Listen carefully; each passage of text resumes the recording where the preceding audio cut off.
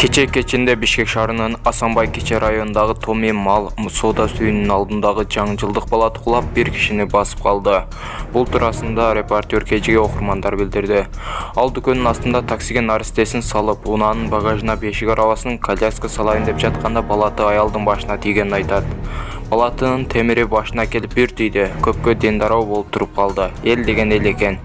Bir заматта милициянын да тез жардам кызматында чакыра салышты.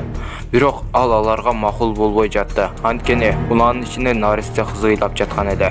Ал эми дүкөндүн администрациясынан бирөө басып келип, абалын сураганга жараган жок деди.